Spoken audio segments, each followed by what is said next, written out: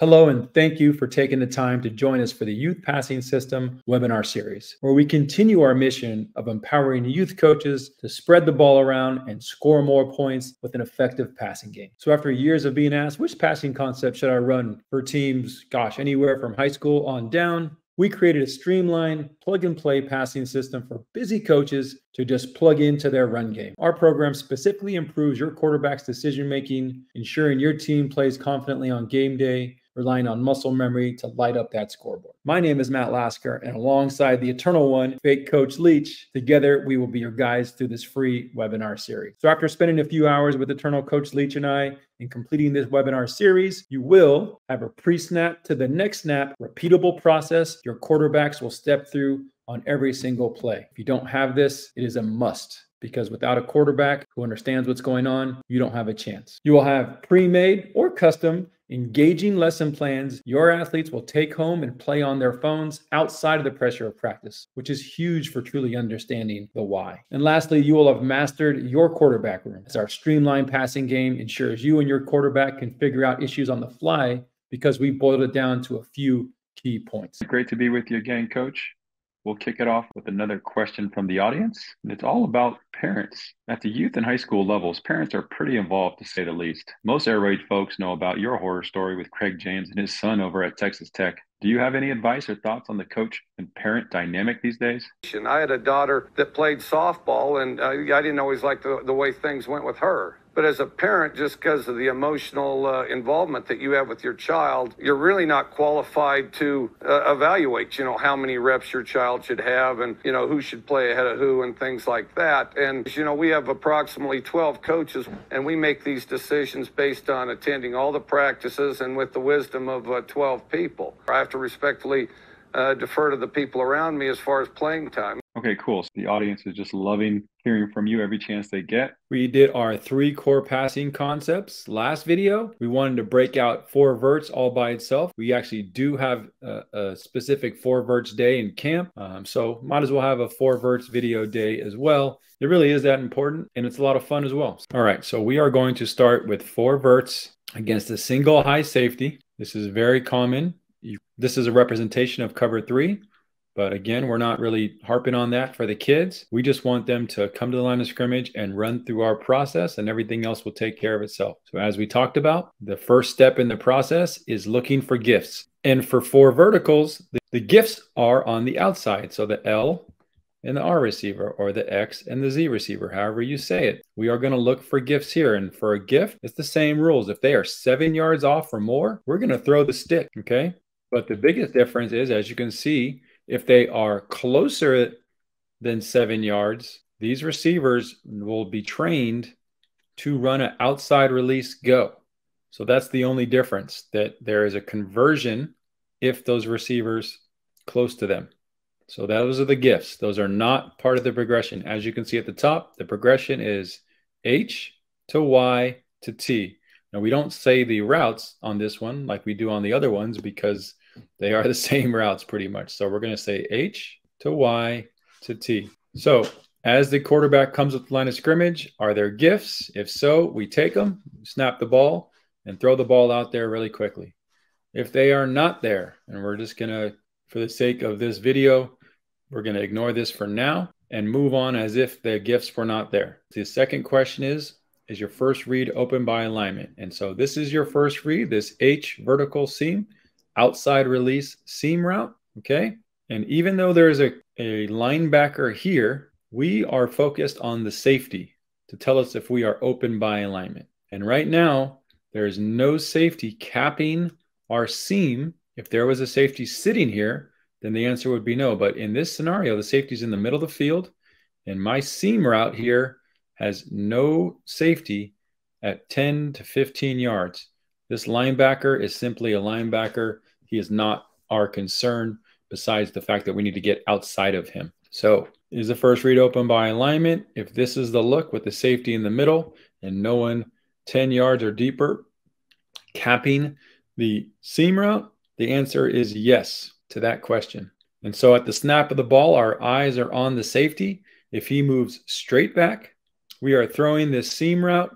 It cannot be a big fade looping type of throw. It's more like a 3-ball or a 2-ball. It's more of a line drive. It can have a little air under it, but what we can't do is just put it up in the air and let this safety get involved, or sometimes this cornerback will as well. So we need it to be a pretty fair shot. We'll show you some clips of it in a second, but make no mistake, we want to throw to the H anytime we can.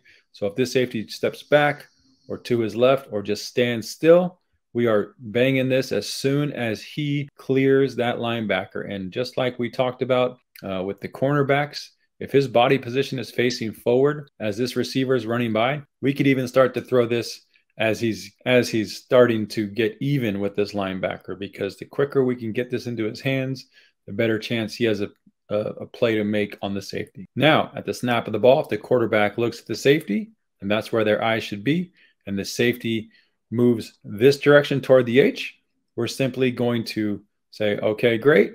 We're going to flip our hips and throw the same type of ball to this seam route going down the right side, which is the Y, okay? If for whatever reason the Y is covered by the strong safety or the outside linebacker Sam, as we represent here, then yes, we will move on to our third read, which is this running back. Sometimes we'll have him going over the ball like this, OTB, over the ball. Sometimes we'll have him swinging, depending on the defense and the looks we've been getting and the matchups. But the progression goes H to Y to T, going to the first open man in our progression. Okay, we see a lot of cover 3 out here, or a lot of cover 1, so single high safeties. If we can get into this play 4 verts against a single high safety, there's going to be a lot of points scored. I just got a note from a coach saying they scored 87 points at 7th grade level because the other team would not come out of cover 3. They refused, and he just kept throwing it, and it was with the 3rd string quarterback and the 4th string quarterback and receivers, and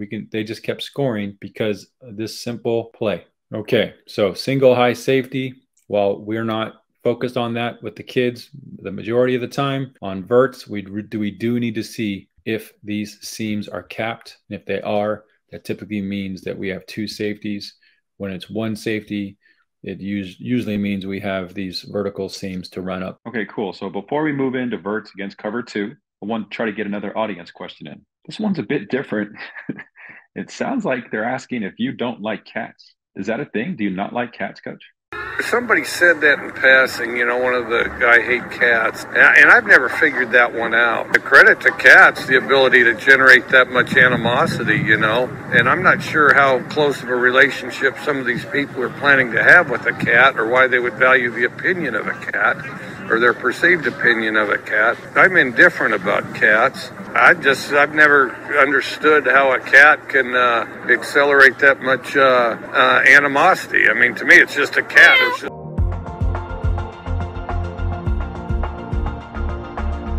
All right, so before we dive in, just want to make sure everyone knows what comes with the youth passing system. Number 1, of course, in terms of playbooks, practice and install plans, specific position coaches, plans, and much more, we're going to give you everything from A to Z that you need to implement and install this offense on your own with these free webinar videos. Then we will take it to the next level and send home engaging lesson plans on your players' phones so they become experts at both the youth passing system, pre-snap to the next snap process, and experts at moving through the progressions of the youth passing system concepts, because they will step through that process on every single snap at your practice. Then they will step through the process through endless virtual reps on their phones. So when game day comes, they will be operating off muscle memory, playing fast, and making great decisions every single time.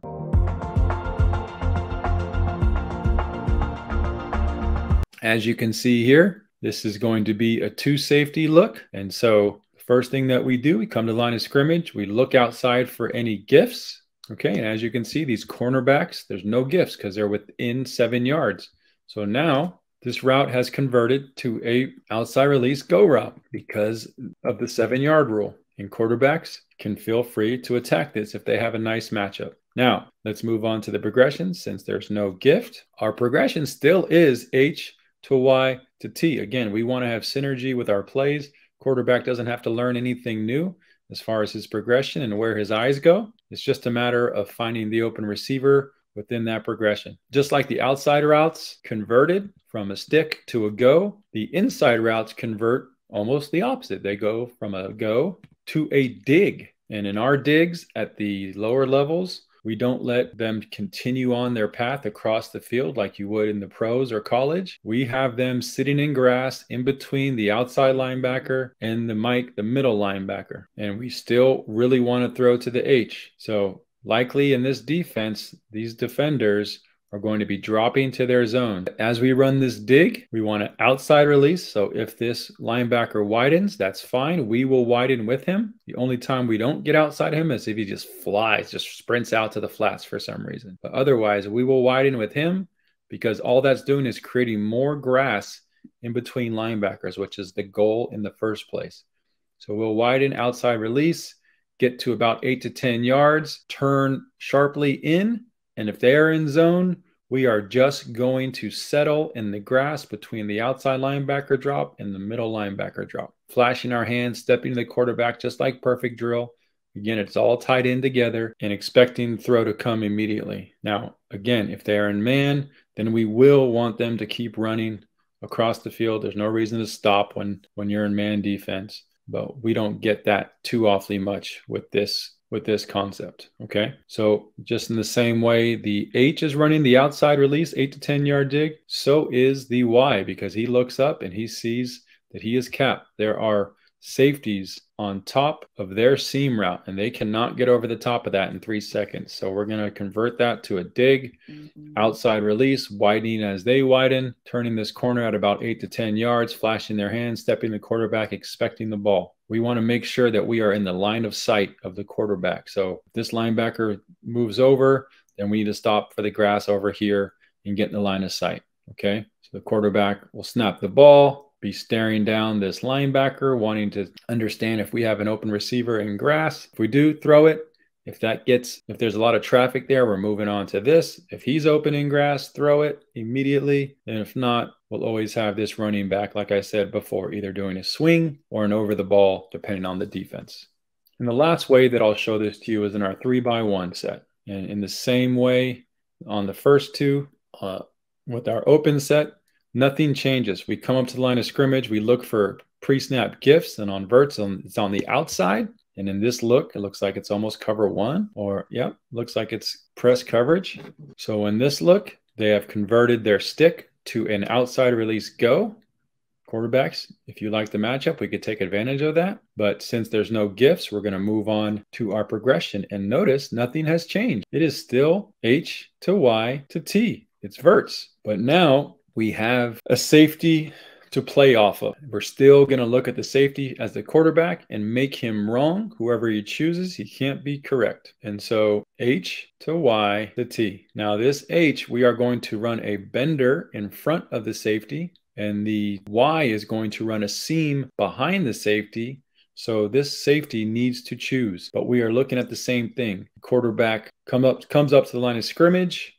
He sees no gifts on the outside. So the first question, open by alignment, this is a no. So then he focuses on the next question, which is our first read open by alignment? Okay, so technically they are capped because this one safety is capping them both. So we're going to say no, but that doesn't mean we are not excited about this play. So at the snap of the ball, it's the same exact progression. It's the same exact thought process. If this safety goes back straight, we want to throw this H, and we're going to throw this ball as soon as he clears the linebacker. If he goes to his right, obviously we want to throw this H. The only time we're going to come off the H and throw the Y seam is if this safety starts to travel with this H that's running this bender route in front of him, which happens because he kind of sees it coming at him. But essentially, both these receivers are sprinting at this safety, and he has to make a decision. And we just need to be ready to, as a quarterback, to snap the throw as soon as he declares. Again, it's as simple as him taking steps backwards straight, we're throwing to the H.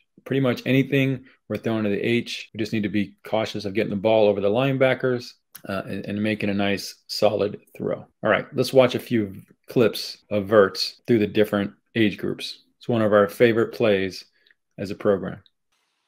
As you can see, we are in our open set. Quarterback comes up to the line of scrimmage, and he's asking himself, two process questions. Are there any pre-snap gifts? And is my first read open by alignment? So this guy is about 8 yards off, so he's going to run a stick. By rule, guys, we rep this so much that there's no reason to call an audible. There's no reason to do anything except do what you're supposed to do. These guys know the rules. This guy's outside release, restack up the seam. This guy's only 5 yards off, so it's outside release, restack up the seam. And this guy is trying to do the same because he's not 7 yards off. So if everything works out well, this quarterback needs to have scanned the field. We got this cornerback off more than 7 yards. We got single high safety. This cornerback is about 6 or so. So he knows this is the guy to throw to. Nice and easy, pitch and catch. That's first and 10. Now it's 2nd and 8. Okay, you see how simple that is. Okay, so here we go again. We are in our 3-by-1 set. Quarterback scans left to right. We got this receiver and corner. This corner is about 10 yards off. Single high safety. This corner is about 5 to 6 yards off. Everyone else is pressed up. So who's open right now, quarterback? Pre-snap. This guy's open right now. And it's mandatory. You don't get the option to choose. If someone is in that space, you give him the ball. He's one of our better athletes. Let him go to work. And as you can see, guys, this is what happens. We don't, in youth and middle school, the cornerbacks are not typically the best players on the field. You usually put them at linebacker, outside linebacker, DN, something like that, middle linebacker. But you have advantages out there, guys. And even in high school, you have advantages out there, okay? So I wanted to show this one because it's kind of one of those tweeners where this guy's, this guy's 5 yards, so he's outside release, restack, same, outside release, restack. This guy at the top, outside release, restack. This one is one of those weird ones. So he's like right at about 7. He's like 6.5, okay? So if you can get the chemistry down, this play, if you can learn this play the right way, it can evolve. And these players can really get into sync with each other, even though it's not like 5 yards, turn in, go, put your hands up. And it's a little bit less by the book. But you can see we've taught these receivers, you're pressing up. If it's in between, we're going to press up hard. And if you get to a point where you are capped and you can't get over the top of him, and you got to feel that clock for the quarterback, 3 to 4 seconds tops, you can still break it off here. It doesn't only have to be a 3-step stick. Now, I wouldn't start by teaching it this way, but I just want to show you how the chemistry, once you get these guys working together, how the chemistry can turn this play into something where you can just pick up 7 yards. So here we are back in our 2-by-2 set. Everyone's pushed up within 7 yards, about 5 to 6 for everybody. There is a safety here.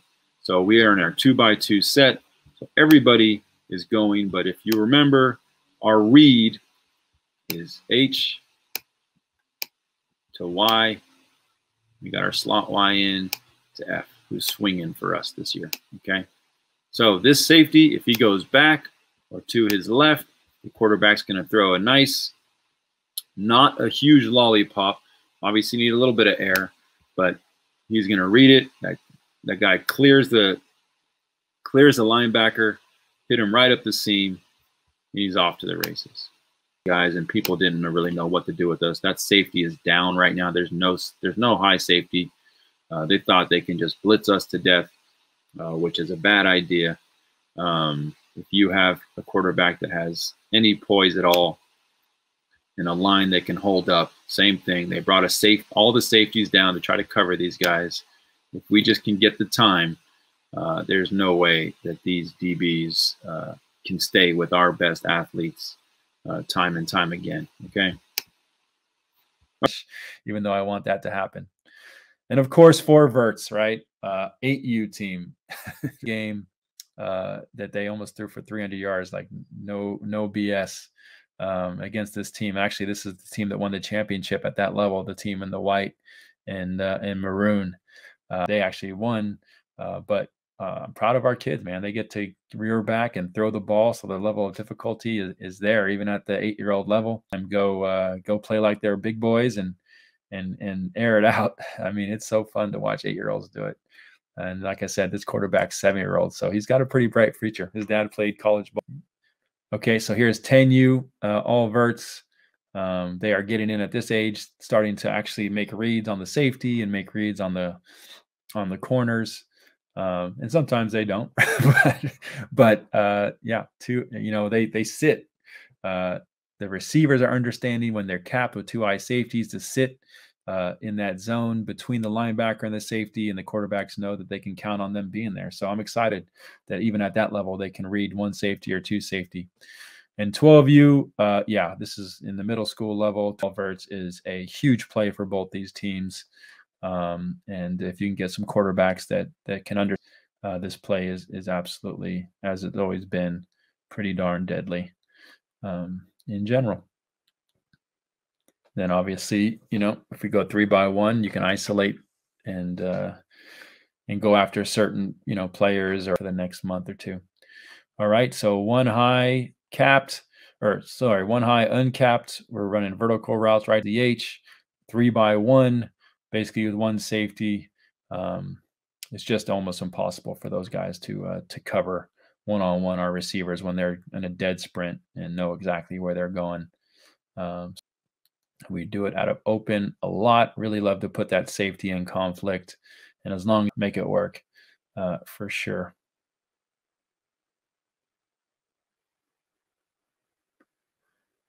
All right, should be a couple more here. Another 3x1 dart over the middle. It's out of open again. We'll run out of the backfield. This is just a nice play by the quarterback to wait and be patient. All righty. Well, that's a wrap on verts. Coach, before we get on out of here, I'm going to get one more question in. Coach Jason from North Carolina wants to know how you keep kids loose. We all want to push our kids to their potential, but how do you make sure they stay loose even though we're being tough on them? And I'm not a guy that wants those people silent and like statues before the game, because then it's just too tight, too constipated, you got a bunch of guys just all wound up. I want them to enjoy being around each other, so we have a thing we call football time. If it's football time, you're focused, you're up in your seat, you're alert, anything that's football time. And I want them to have the ability to turn it on. Anything that's football time, eliminate all distractions. So if we have a meeting, everybody's alert. Okay, then they're hanging out with each other, dinner and whatnot. I want them to enjoy themselves. Okay, then we have a walk through, everybody's alert, and so just a emphasis and a focus on this is what we do during football time. All right, so hopefully those clips were helpful. We love 4 verts. Like I said, they have literally their own day in camp where all we do is work 4 verts with the receivers, with the quarterbacks, syncing up with the running backs, understanding the 7-yard rule, which also plays into our gift rule. So it all kind of reinforces on top of each other. While it is a little different with the reads, it really is something that is easy for quarterbacks to pick up on, because it's just that one play that we're adding. It has a little difference. And what kid doesn't like to run 4 verticals? It's everyone's favorite play in Madden. So we'll get into it, and we'll give you everything you need to install it. But it's fun, high pace play that can look like a quick gameplay. It can look like a drop back gameplay. From 3x1, it's pretty nasty against even man defense. So there's a lot of different ways that you can use 4 verts. I've seen some coaches literally call it as their only passing play and just tag one receiver to do a shallow, or tag one receiver to do a post, or just have verts the entire time because the self-correcting routes based on the pre-snap look of the offense. Again, even at the 9U level, these kids are able to do it, okay? So anyway, thanks for joining me for the verts edition of the Youth Passing System webinar series. Plug this offense in and play no matter what style of football your head coach wants you to play as the offensive coordinator. These plays will work for any of them. Make sure you are subscribed to all of our channels between YouTube, Whistle, Instagram, and at playerbook.com, you'll find other coaches running this system, wanting to chat with you about it and help each other win and score points. And if you still haven't done it, like this video, comment below. Love to talk to you about anything that I talked about on this video that might be of interest to you. And of course, most importantly, subscribe to the channel so you can get the next update in the youth passing system. We'll see you on the next one for Screen Game. Talk to you later, coaches.